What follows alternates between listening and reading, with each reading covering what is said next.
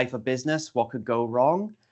And I'll just go through introductions then. So my name is Jordan. I am the cybersecurity technician at Excellence IT. Some of you have probably spoken to me on the phone or about various things, either Cyber Essentials or various help desk tickets. And my colleague Calum. Yeah, hello, I'm Calum. I don't think I've met many of you here today. I'm the digital marketing lead at Excellence IT and basically here to support Jordan and give him a breather in between all his technical knowledge in the slides.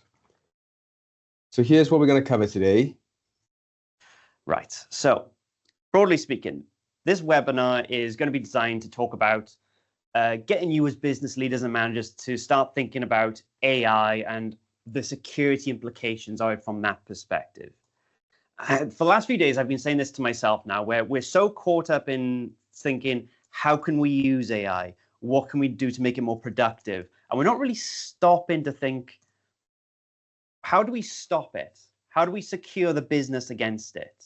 Because those are going to be questions now that are going to start becoming more and more important as obviously the technology develops and matures. So to that end, what we're going to cover are these topics, right? So we're going to start with the current AI and cybersecurity landscape, which probably by this time tomorrow will be out of date anyway, given how fast things are moving. We're going to go through, broadly speaking, what this means for SMEs. In brief, the opportunities. We don't want to make this whole webinar doom and gloom. There are opportunities in the use of AI, but it's a question of how do we use it safely? And so the crux of this webinar, which might be why a lot of you are here, is to become more cognizant, more conscious of the risks AI now poses to SMEs, to all kinds of businesses. And at the end of the webinar, we'll just go through maybe some little bits of advice that you might be able to take away from the webinar. And of course, a AI policy template, which you may like to modify and use for your own business. All right. So we asked everyone a question when you signed up. How would you describe your business's current approach to AI? So we have 57 answers, and this is kind of how it all appeared. So we only wanted to use this just to gauge the level of detail in this webinar, but it's really, really interesting how it's pretty broad, pretty split. So we're going to move on now into the AI opportunity. So we're now in the era where anyone can create content in a matter of minutes because AI is bringing together text, audio, and video. So here's an example of Eugene and Daniel, and in a matter of seconds, I asked Gemini's Nano Banana image creation tool to put them in a tuxedo, and they look dashingly good. However, in more useful scenarios, you can use AI for data analysis and decision making. We can also use it for improving customer service. For example, using chatbots, we're now able to make businesses operate 24/7 with a customer service support system. We can use AI to tailor product recommendations and, of course, increase efficiency and productivity. Now, here's a little bit of, well, just pushing really. We've done a bit of Copilot training, what you can do with the tool. As you can see myself on there. We have a lot of these resources on YouTube, should you be interested. Right. So AI and the cyber landscape. So let's start with there. So when we wrote this slide originally, it were some fairly generic points about how AI is the Wild West. It's being used to improve productivity and also open to new risk vectors, you know, the normal spiel, right?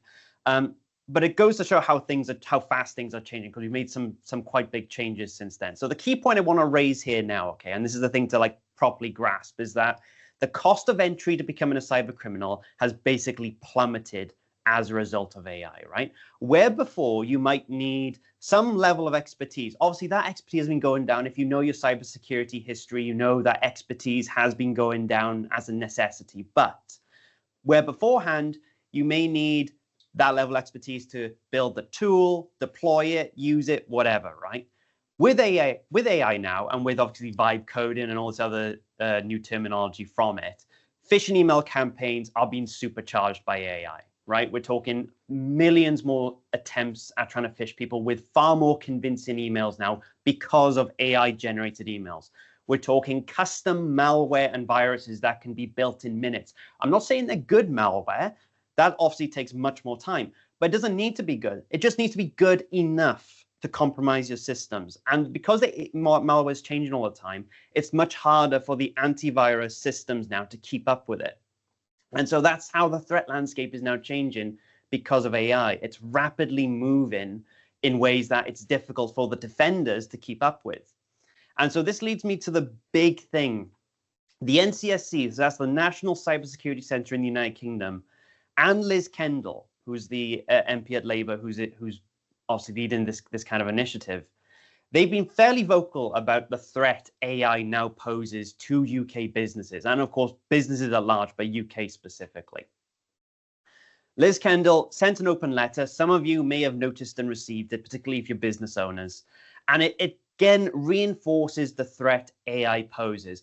The NCSC's own AI security initiative, which is the division of the NCSC that specializes in analyzing and getting to grips with how AI is evolving in a security context. It is proven now that AI can penetrate systems, it can deploy malware, expose vulnerabilities, use weak passwords, whatever, right? And it will get through a large chunk of your network before it gets stopped by more rudimentary controls or complexity that the AI can't deal with. Because remember, despite the term, AI isn't really all that intelligent. It's a statistical model that tries to work out how to best achieve the outcome you've told it to do. And all that's to say that what the UK government is now saying, use strong passwords, use MFA, don't leave your software vulnerable. These are the key tenets, the key technical controls that Cyber Essentials promotes. So to avoid sounding like someone like a salesperson trying to promote Cyber Essentials, this is why it is now being pushed even more, right? Because what they found is that when you used stronger passwords, when you used MFA, when you kept your software up to date, good antivirus solutions, it stopped these new AI models like Claude Mythos, which is just running through unsecured networks. It stopped them much sooner, or is more likely to stop them much sooner because of these core technical controls. So don't think of Cyber Essentials as a piece of paper that you just check off and be like, my business is secure. Treat it as a learning exercise, one that makes you think, am I using MFA for all my cloud apps? Because those of you who are customers of ours, right? We manage some of your cloud apps, but not all of them, like say online banking. Have you got MFA on your online banking? Have you got MFA on your CRM services? Those are the things attackers are going to want to get a hold of because it exposes your customer base and they can use that to pivot, sell the information, whatever, right? So I'm going to move on now to some statistics for consideration that my colleague will go through, all right? So in less technical news, I've got some stats here that I found were really, really interesting. So 3 times more employees are now using Gen AI for a third or more of their work than their leaders imagine. 75% of executives fear their company will fall behind within 5 years if they don't implement AI effectively. 70% of employees surveyed said their organization doesn't have clear guidelines on AI use at work. Now, to me, these are what these statistics said to me straight away. I can see a lack of awareness, huge data concerns. I can see panicking and leading to rushed decisions. And then the third statistic, no guidelines means no control.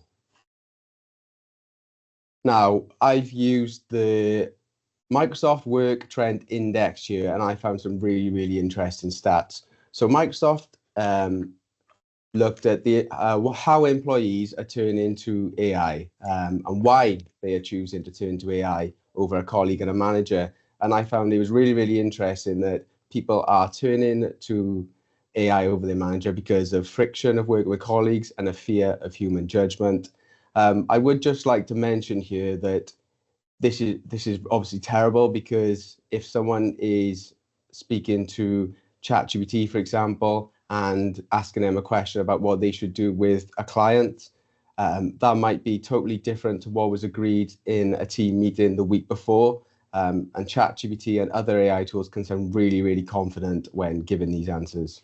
And just to punch in there where Cal was talking about there, what we're not trying to say here with this webinar is block AI. It is a dangerous tool. Do not use it. That is probably a very backwards way of thinking now these days. AI is functionally no different, in my opinion, now to when the steam engine was created, when the Industrial Revolution happened, with all these new tools and things that made productivity, automated productivity, etc. Right?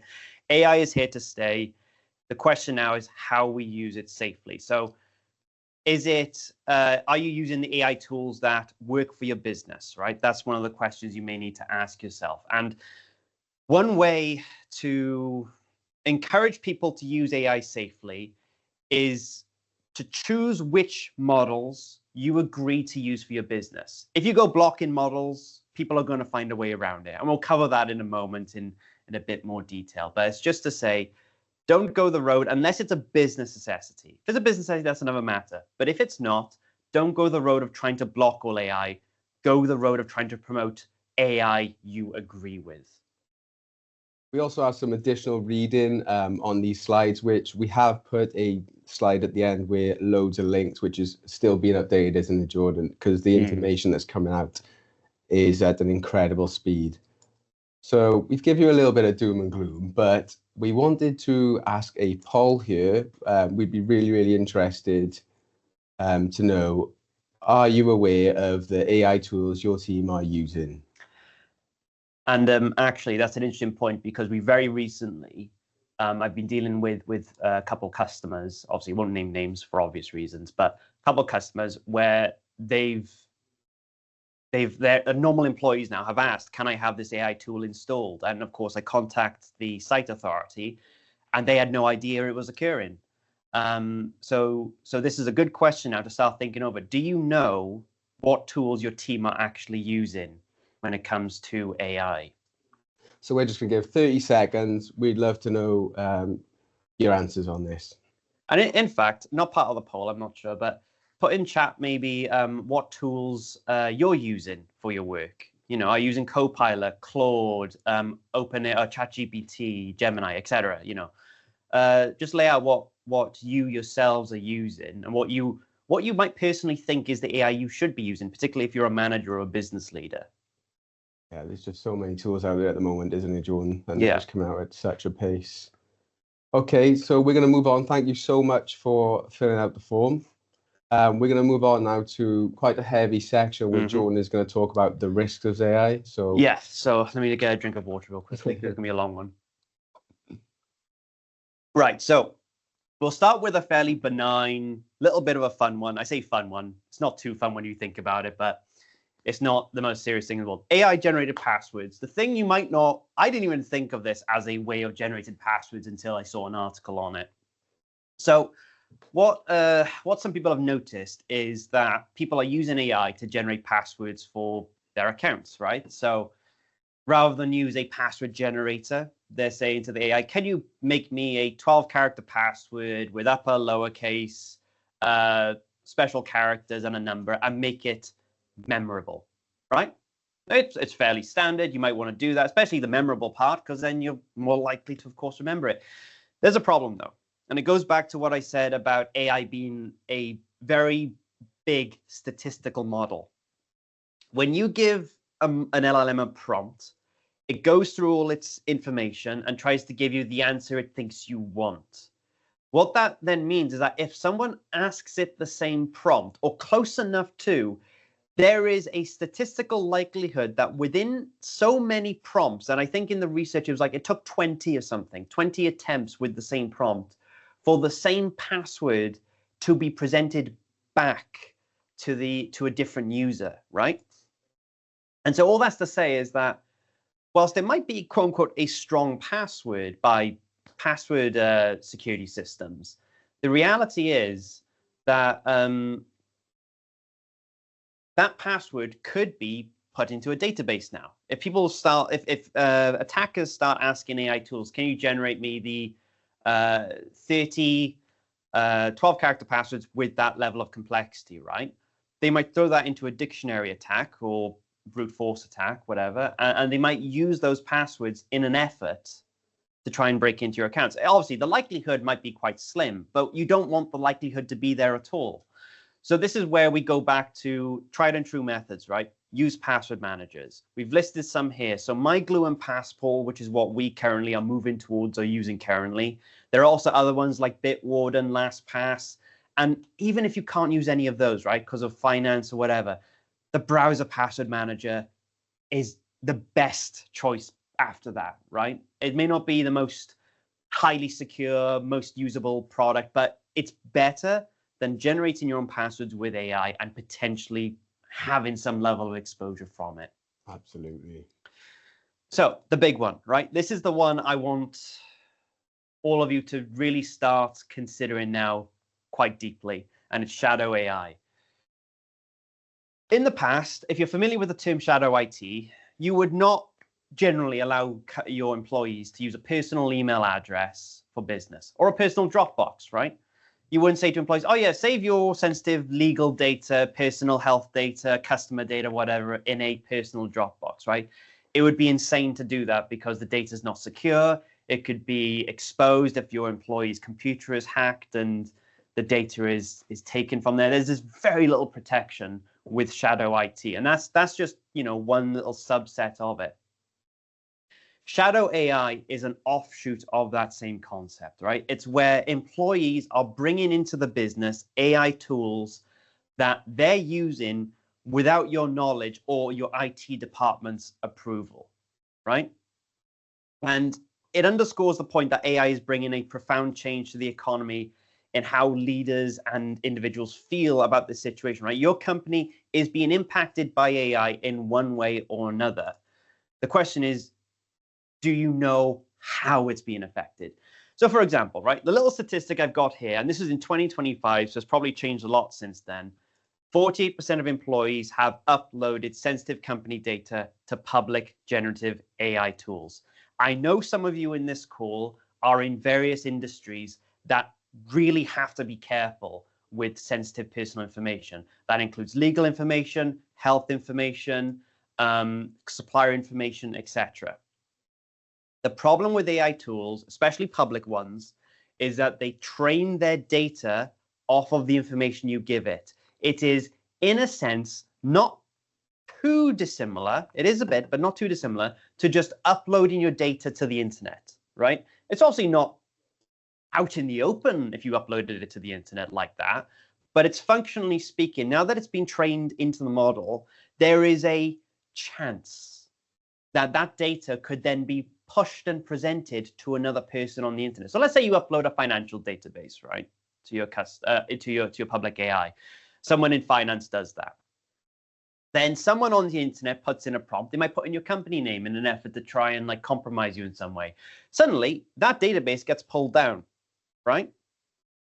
And whilst there hasn't, I don't think it's happened to the degree like that yet. It may have in some small circumstance. I know ChatGPT have had some incidents where they've had chats publicly available on Google, but it's only a matter of time, in my opinion, where you may get a substantial breach where someone's database is leaked through an AI model presenting that information to another person out in the wild. And I liken this whole situation to, you know, 1920s American prohibition, right? Americans tried to ban alcohol. Companies might try to ban AI to protect themselves. The reality is your employees are going to find ways to use AI. And that's where Shadow AI comes in, right? They're going to try and use AI tools that you don't agree with or want them to use. Public tools rather than business tools. AI speakeasies, if you want to phrase it like that. So rather than attempting to block your employees using AI, pick the tools that you want them to use and then get business subscriptions to it, because the business subscriptions specify that they're not allowed to train their models, their public models, off of your data. Now, I know there's an element of trust there, right? Obviously, their privacy policy, their terms of statements, you have to read that, be sure. But it's better than the alternative where they also state that they will use your model They'll use your data, sorry, to publicly train their models. Just as an anecdotal example, I had a situation recently where a customer wanted to download the Claude, what was it, Claude Work? Cowork, yeah, Claude Cowork, right? Which is a tool that allows the AI model to interact with your computer files, right? That AI tool, Claude specifically states in the personal plans to not use your data with the public models. You have to voluntarily opt out of it. That is an action you have to perform.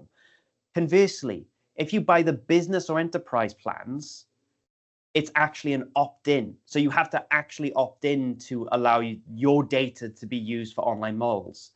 So you see there's an element of safety there where it's something that you have to actually explicitly state, whereas the public tools don't give you that immediate reassurance.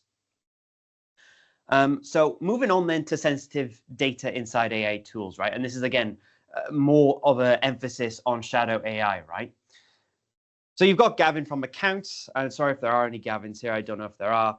They upload their data, the ChatGPT, bunch of financial data gets uploaded, and of course, like I said, that gets downloaded, right? And that data is not protected by these AI tools when you're using them publicly.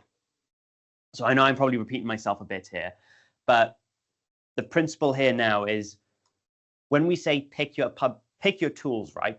We internally, and to you guys, if you ask us, if you're a customer of ours, we would promote the use of Copilot, for example, right? And the reason we promote Copilot is Copilot as a business tool comes part of your 365 business plans, right? I don't know if it's premium only and above, or if it comes with standard, but point is, if you have a 365 business subscription, you get the business version of Copilot, which as part of the package, right? That package means that your data should not be used if you put it into Copilot for public AI model training. So when you're trying to tell employees what tools to use, start guiding them to office.com, start guiding them to the Copilot tool on your PC. And if you want the more advanced Copilot tools, I know some of you here do have the Copilot license. You can obviously purchase the Microsoft Copilot license, which then gives you some of the more advanced tools to use inside your Word documents or on your PC directly. If you don't want to use Copilot, if there's a business case for it, because obviously all the models, like any good tool, have different specialisms, right? Then the question is, which tool do you want to use? Get a business subscription for it, and then start promoting its usage to your employees, right? And that is probably the best advice we can give. It's a mixture of technical controls as well as employee training and giving them access to the tools that you. But now I'm going to talk to you about a little analogy we've been thinking of, really, is to be the tortoise, not the hare. Now, this really stems from the pace that AI tools are being created. Every single day on social media, I am seeing new tools being built by people that look fantastic. I'm thinking, wow, I should really implement that into my workday. And I feel pressured if you don't necessarily keep up. However, jumping on every new tool without stopping to ask the right questions is how businesses can end up with data in places they never intended. So I know it's a little bit cringe, really, but here sees the tool trending and downloads before lunch. The tortoise asks these 3 questions. Right, bear with me a moment. I'm just trying to find the slides again now. Right, yeah, so these are some of the questions that you really want to be asking yourselves now about AI tools, right? So on top of which models do you want to use, ask yourselves, who built the model, right? Just like any other supply chain due diligence you might do for software, for customers, whatever. Know who you're doing business with. Is it a random person on the internet, or is it an established entity? Whether it's Anthropic, OpenAI, Microsoft, Google, doesn't matter. Do your due diligence. Then, next thing to think about is, what does it accomplish as far as business needs go, right? So, for example, does it meet your data security needs, right?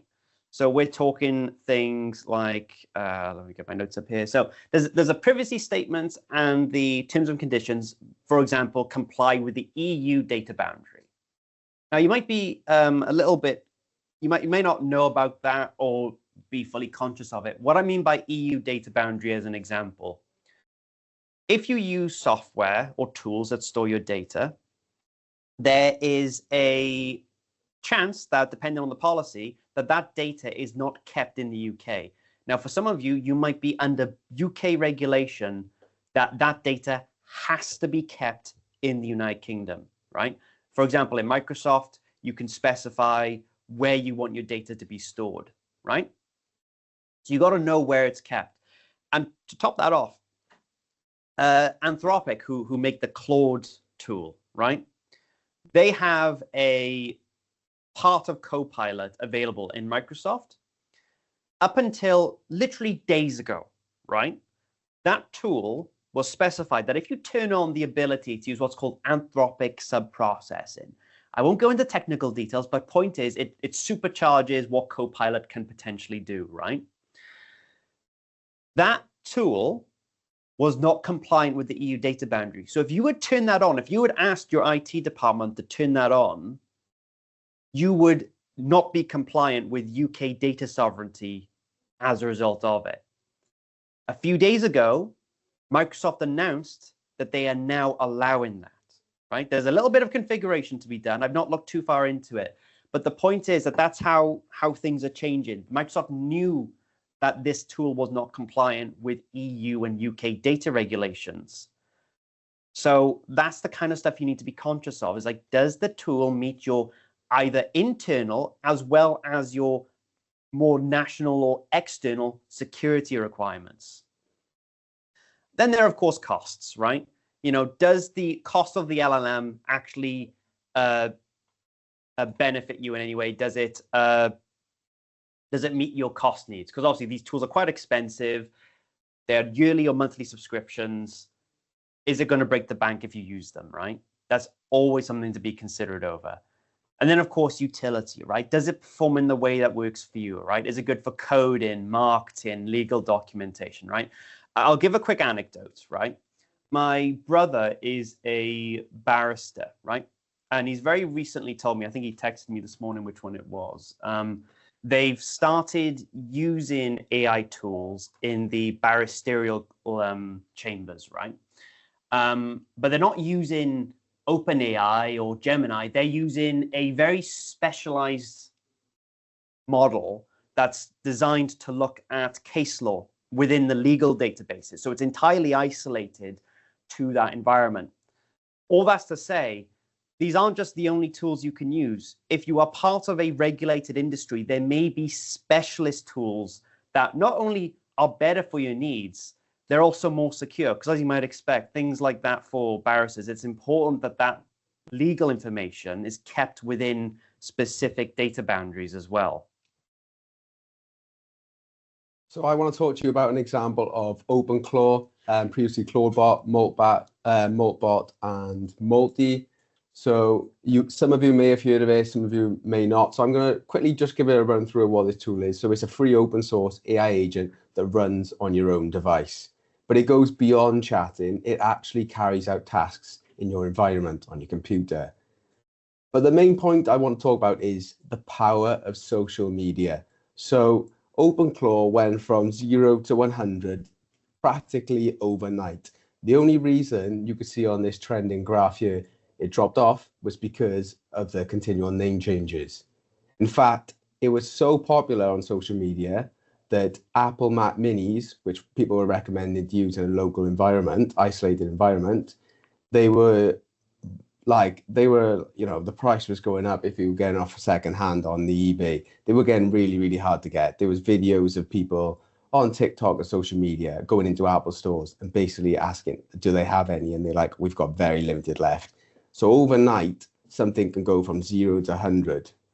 And just to emphasize that point as well, with this massive promotion of OpenClaw, right?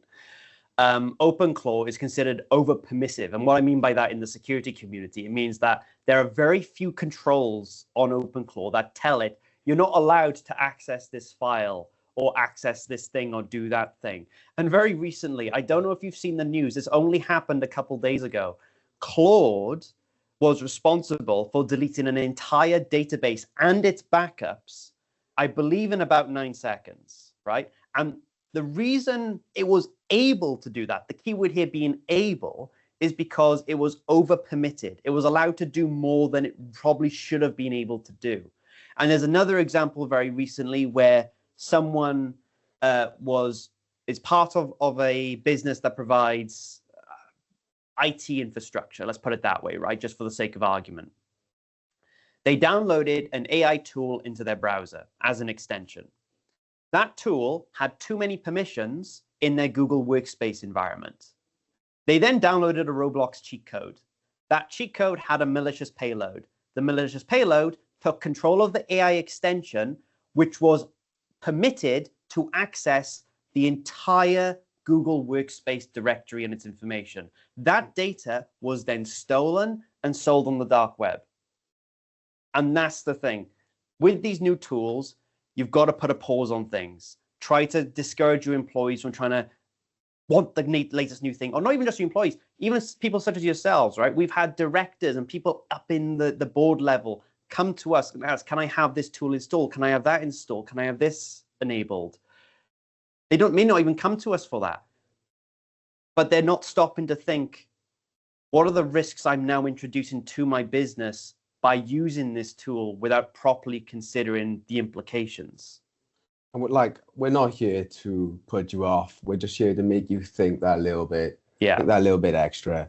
And just to finish off on OpenClaw, really, security communities are describing it as a security nightmare. And from GitHub, you can see it's got a lot of open issues, but it's also got quite a lot of closed issues.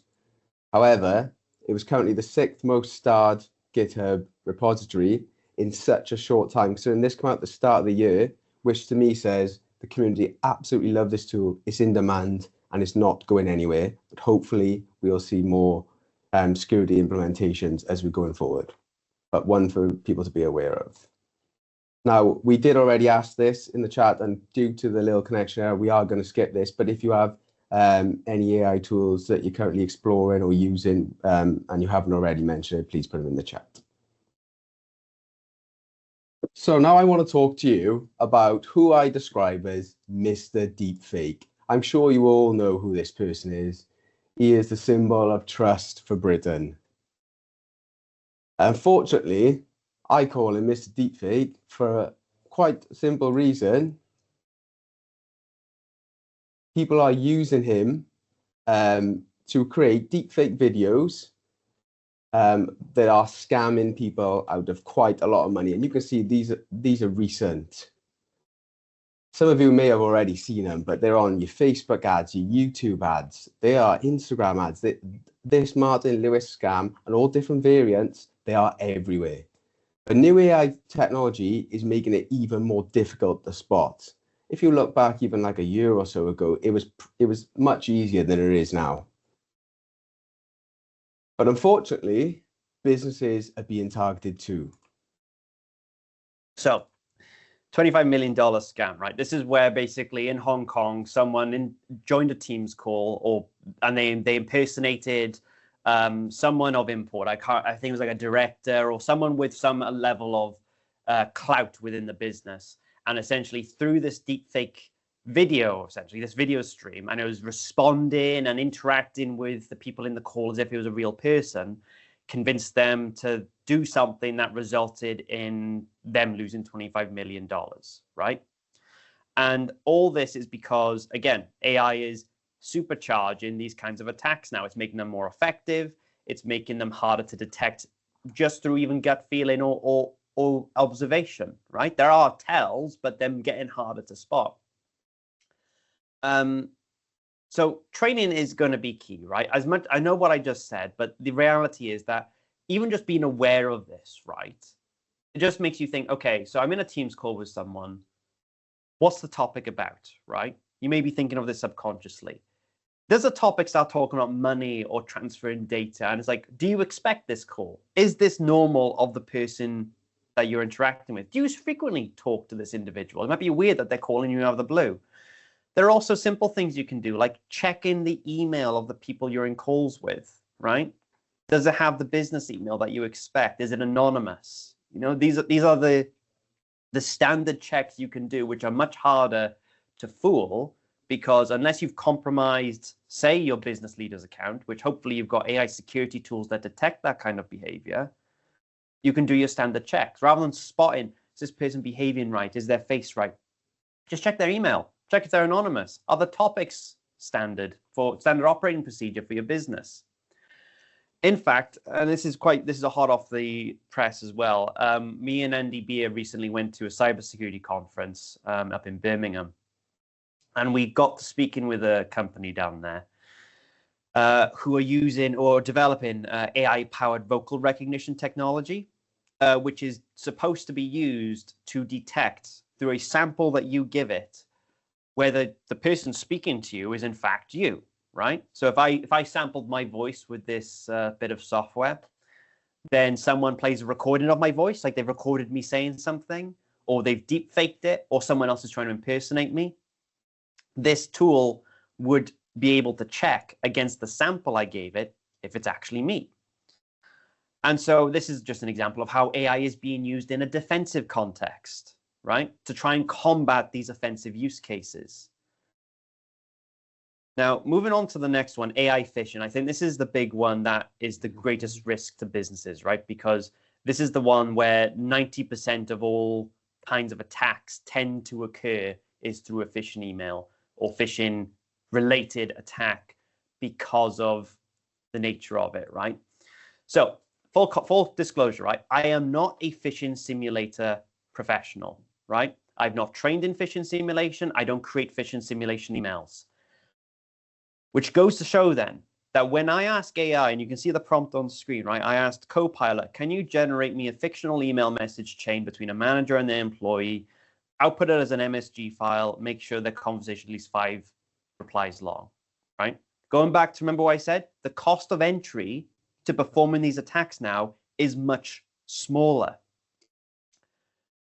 It generated me a 5 conversation long email chain, which if we go to the next slide just for a moment, just to see it. This email chain looks fairly convincing, right? Now imagine if this was forwarded on to your employees, right? Would they think based on the chain as, oh, this is a phishing email, right? Or might they think that because it's an email conversation that's already occurred, that it's legitimate?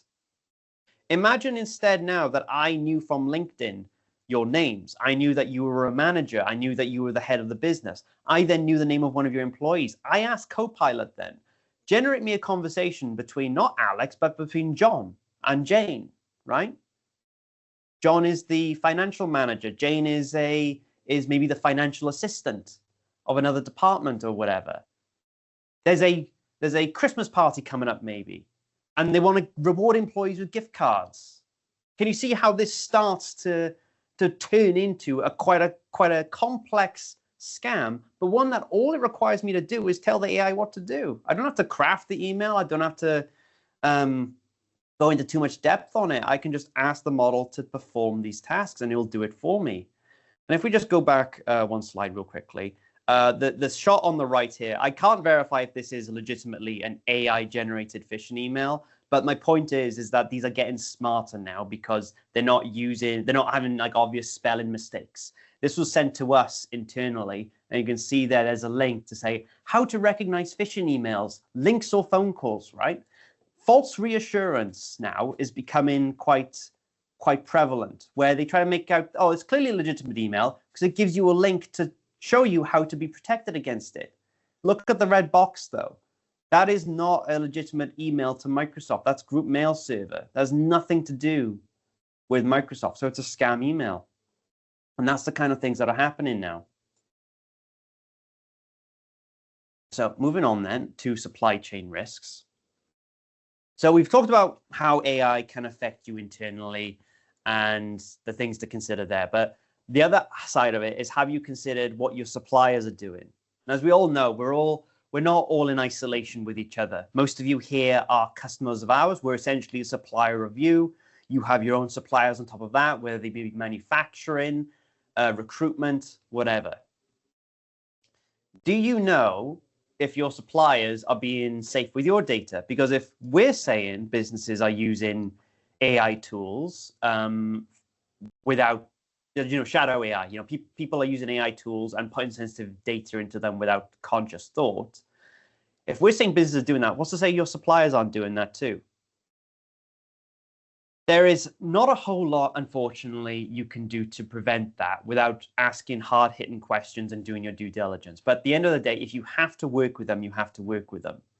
But what you can do is during your procurement of suppliers is start asking pointed questions about reputation, data protection requirements. Look at their CSR reporting, right? And on the right here, we provided some useful links that may help you, right? So going back to UK and EU adequacy decisions, this is a list of countries that the UK recognize as well as the EU as having broadly similar data security requirements. So does your supplier operate and keep their data within a list of these countries might be one question to ask yourselves and ask them. Another is IASME. Now, those of you who've done Cyber Essentials might know who IASME are. They're essentially the organization that helps promote and supply Cyber Essential certifications, right? IASME have recently come out with a supplier check, which you can register your business onto, right? So I suggest you consider doing that. And what you can do with this supplier check is ask, does this supplier have Cyber Essentials and Cyber Essentials Plus? Now, I will say the certification doesn't include controls for AI specifically. But remember what I said earlier, commodity-based threats, right? Cyber Essentials helps protect the business from things like AI exposing weak passwords, vulnerable software. Cyber Essentials is meant to test whether you are implementing those security controls. So if an organization has those certificates, yes, you can't guarantee they're using AI in a less than desirable way, but you can maybe be at least a little bit more reassured that your data otherwise is not being needlessly exposed from poor security practices. So I just want to briefly talk about AI transcription tools. I just want to make everyone aware that it is okay. Like it is, people are coming into meetings now with their third-party tool, asking, can they record it, or can you admit my AI note taker? I just wanted to say it is okay to challenge those people, especially if you're going to have conversations that contain sensitive or commercial information. It is okay. So just wanted to put that out there. And then on the technical side of things, I think Jordan's going to finish, once he's had a breather, finish the rest of this slide. Yeah. So you might have noticed in Teams calls, you might see AI.ai, or I can't remember their names now. There's a bunch of them. But they're like little apps that you can put into Teams and they do transcription for you. They're a pain. Don't use them. If you see them, tell us or tell your IT department. We can place blocks on those tools as they come about into Teams to stop them being used and essentially remove them from your system. The problem is that these tools are they're not over permitted, but they're also too easy for all employees to install either accidentally or purposefully, right? Thankfully, Microsoft are stopping this wholesale, I believe, looking at the recent announcement. So hopefully that just stops in the near future. But it's just something to be aware of, right? And as Calum said, don't be afraid to say, I don't want that being recorded in an AI transcript tool I don't trust. So we have made AI sound scary here. And in the essence time, we are very close to finishing. We're just going to cover a little bit more about how AI is not actually the risk. Yeah, so at the end of the day, AI is just a tool, right? And any tool requires a proper usage. So at the end of the day, AI is a tool that stores data, processes it, and analyzes it. If you put your personal information into it without acknowledging the risks when you do so, you are intentionally exposing yourself. So the key point here is to have awareness, right? Awareness of the risks, awareness of what AI actually is, right? It is a model, a statistical model that stores data and obviously converts it into something actionable that you can use. But it also learns off what you give it. So make sure you are aware of that fact. Then there's, of course, there's blocking AI, right? Instead of allowing AI to be approved wholesale, consider the AI that you want to use and encourage the usage of those tools. There are technical controls coming out, and we are internally trying to investigate ways to better manage AI ourselves as well as for customers. So if you are interested in these technical controls, please get in touch with us. We can see what we can do. But otherwise, blocking AI is going to be a facet of it, but it's blocking AI in a way that benefits the business rather than just saying stop AI altogether, right? Then, of course, there's policy, right? We'll provide a sample policy that you might be able to use or consider modifying for your own internal use.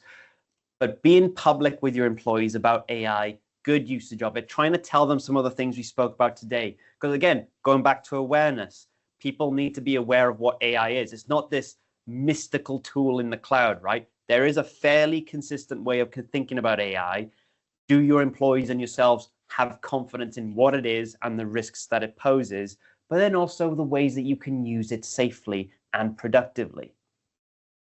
And then, of course, there's responsibility, right? As business leaders, as managers, this is your responsibility now as well. It is a tool that people are using. You've got to now consider the policies that you want to promote, the attitudes you want people to have towards AI, and try and encourage best use of it. Linux, very recently, if you're familiar with the operating system, the Linux community have recently come to a conclusion on how to use AI for coding, right? It sounds a bit weird to bring it up here, but the point is, what they've decided is that use AI to develop the Linux operating system, right? You're free to use it, but here's the caveat. You must first stamp that you've used AI to help with your tooling, right? With developing the code. But then the person who checks it has to be human, and they have to put their name on that update when it's been approved. So if something goes wrong, if it breaks something, right? It's not the AI's fault. It's yours. It's the person who signed it off. And so that's the sort of shared responsibility we've now got to have with AI. AI is a tool. AI is not the thing at fault. It's the people that use it that need to use it responsibly and consider the proper implications of using such a tool in a business environment. I hope you don't mind, Joel. I did just also want to mention an example of what I was thinking about around blocking AI. John will probably cover in more technical detail, but I just want to point out an example where if you do block AI, people do find ways around things. Yeah. We've heard stories or read reports where if a company has blocked AI, people are going on their phones and just asking the questions or taking a photo and then just running on the apps on the phone. So just to be mindful that blocking is not always the best idea, and just be aware that people do find ways around it, including having company data then going back and forth on their mobile devices. So this is practically the end, really. We've got to put together a list of further reading so you can find out more of the topics that you are interested in. And it's also, we need to update it again, Joe, don't we? Oh, I know. We got to probably put a few more things there. I think if there are any Q&As, we'll go on for an extra 5 minutes if there's more, just because of the technical issues we had earlier. But yeah, now we're on to question and answer. So yeah, so we also did a feedback survey. So if you've been to our webinars before, this is actually new. We would love for you to submit feedback. It is completely anonymous. Yeah, no names, nothing. We would just really like your feedback so we can continue to improve and also provide better content for you guys. So we really appreciate that. It should take just 2 minutes. Just to confirm, we will be sending a copy of the recording along with the AI policy template. We will put a copy of the slides in as well, and the information pack of all the extra resources. And now, if you do have any questions, feel free to post in the chat, the Q&A section. Anything technical, Jordan's probably going to answer them. So yeah, I'll try to answer it best as I can.